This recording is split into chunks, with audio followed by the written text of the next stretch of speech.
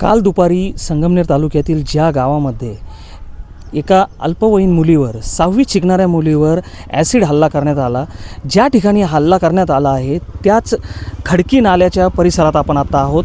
माझ्या पाठीमागे तुम्ही पाहू शकता, हा जो खडकी नाल्याचा परिसर आहे, इथून ती मुलगी आणि तिच्या 2 बहिणी इथूनच रोज घरी जाण्यासाठी प्रवास करत होत्या।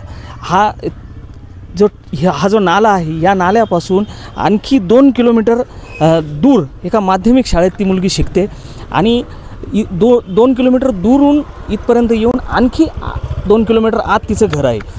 तुरळक लोकवस्ती इथं आहे। अशा भागामध्ये तो जो आरोपी आहे तो एका झाडामागे दबा धरून बसलेला होता आणि त्या मुलीकडं तो पत्ता विचारण्याच्या हेतूने आला, म्हणजे पत्ता विचारण्याचा सोंग करून तो त्याच्याकडे आला आणि पत्ता विचारता त्यांनी त्या मुलीवर ॲसिड हल्ला केला। आपण बघू शकता की 2 किलोमीटर शहरामध्ये लांब आणि 2 किलोमीटर आणखी वाडी वस्तीवर म्हणजे 4 किलोमीटरचा प्रवास करून ती मुलगी रोज घरी जाते। तिच्याबरोबर आणखी 2 मुली रोज 4 किलोमीटरचा प्रवास करून घरी जातात। निर्जन हा रस्ता आहे। हा नाला तुम्ही पाहू शकता पूर्णपणे कोरडा पडलेला आहे, इथं पाण्याचा काही प्रवाह दिसत नाही।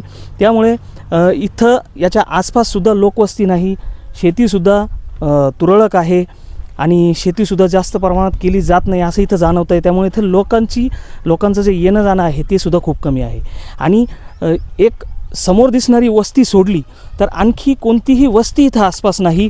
त्यामुळे ती मुलगी या ठिकाणी त्याच्यावर हल्ला झाला। इथं समोर जे मोठं पिंपळाचं झाड दिसतंय त्या झाडाच्या जवळच तिथं त्या मुलीची सायकल पडलेली होती आणि त्या ठिकाणी त्या झाडाच्या पाठीमागे तो आरोपी दबा धरून बसलेला असेल असा संशय आहे। ती मुलगी ज्यावेळेस या ठिकाणी येऊन संपूर्ण माहिती देईल त्यावेळेस संपूर्ण कथा ही आपल्यासमोर खुली होणार आहे। याच ठिकाणी इथं जे ऊसाचे तुकडे दिसत आहेत तुम्हाला, या ठिकाणी ती सायकल मुलीची पडलेली होती। सायकल इथंच भरपूर वेळ पडून राहिलेली होती। या ठिकाणी तिच्यावर हल्ला झाल्यानंतर समोर दिसणाऱ्या लोकवस्तीत ती मुलगी भर उन्हामध्ये ती जी त्रास आहे, जी चेहऱ्यावर तिच्या जी काही चुनचुन भासत असेल, जे काही आग होत असेल तो सगळा त्रास सहन करत ती त्या समोर असलेल्या वस्तीकडे पळत गेली आणि तिथं 2 महिलांनी तिची मदत केली। तिचा चेहरा धुण्याचा प्रयत्न केला। चेहरा धुता त्या महिलांच्या हातालाही त्या ॲसिडमुळे इजा झाली असं त्यांनी सांगितलं। त्यानंतर त्यांनी लगेच तिला लोणी येथील प्रवरा ग्रामीण रुग्णालयामध्ये दाखल केलं आणि त्यानंतर तिच्यावर उपचार सुरू झाले। अशा निर्जन वस्तीमध्ये जाताना मुलींना जी काही समस्या येते याकडे सर्वांचं लक्ष वेधण्यासाठी आणि जो झालेला प्रकार आहे त्याची निंदा करण्यासाठी आज संगमनेर तालुक्यामध्ये रास्ता रोको करण्यात आलं। तळेगाव फाटा या ठिकाणी रास्ता रोको करण्यात आलं। काही नेते त्या रास्ता रोकोमध्ये सामील झाले होते। स्थानिक जनता ही खूप होती।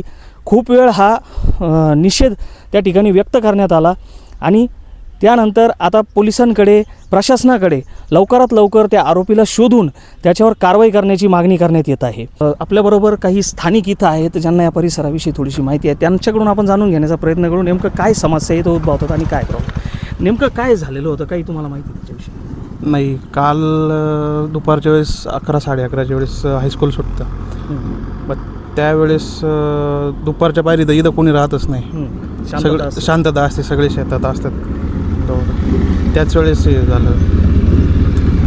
कुठं नेमकं कोणत्या ठिकाणी सायकल पडली? इथं या ठिकाणी सायकल पडलेली समोर आता आम्ही दाखवला।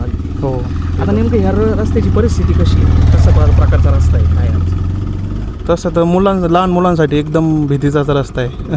हां, आणि मुलींच्या दृष्टीने काय वाटतं तुम्हाला? काल तर एक घटना घडलेलीच, इथून पुढं तुमचं म्हणजे काही मागणी असेल प्रशासनाकडून या रस्त्यासाठी किंवा सुरक्षा? सगळ्यात महत्त्वाचं आहे, रस्त्याचं काम होणं गरजेचं आहे। इथं लाईटिंग पाहिजे आणि कॅमेरे पण बसवलेले पाहिजे मुलींसाठी। आणि इथं पण शाळा आहे, इथं टर्नला सुद्धा बरेच अपघात वगैरे होत आहेत। ही झाडं वगैरे काही काढले पाहिजे ना, तिथं लपण पण भरोसा आहे, वाघाची भीती आहे, बऱ्याचशा गोष्टी, बऱ्याचशा समस्या आहे। दिवसासुद्धा इथं वाघाची? हो, दिवसासुद्धा, रात्रीसुद्धा। तर स्थानिकांचं सुद्धा म्हणणं आहे की इथं वाघाची, जंगली जनावरांची भीती आहे, रस्त्यावर लाईट असले पाहिजेत खूप मुलं इथून शाळेत शिकण्यासाठी वाड्या वस्त्यांवरून इथं शेजारीसुद्धा एक प्राथमिक शाळा आहे, त्या प्राथमिक शाळेतसुद्धा खूप विद्यार्थी शिकण्यासाठी जात असतात आणि अशा ठिकाणी असा हा जो रस्ता आहे, हा निर्जन रस्ता हा खूप वेळेस घातक ठरू शकतो.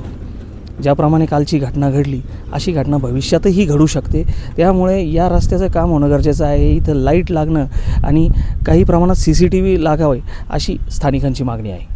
इथून काही अंतरावर पोलिसांची जी टीम आहे ती काही पुरावे सापडतात का किंवा आरोपीचा शोध लागण्यासाठी काही कोणत्याही प्रकारचे कोणी साक्षीदार वगैरे मिळतात का, या प्रकारचा शोध घेण्याचा जो प्रयत्न आहे ते पोलीस प्रशासनाकडून केला जात आहे. लवकरच या गोष्टीचा खुलासा होईल अशी अपेक्षा आहे. कॅमेरामॅन विजय पवारसह अमोल कोते, भारत न्यूज, संगमनेर.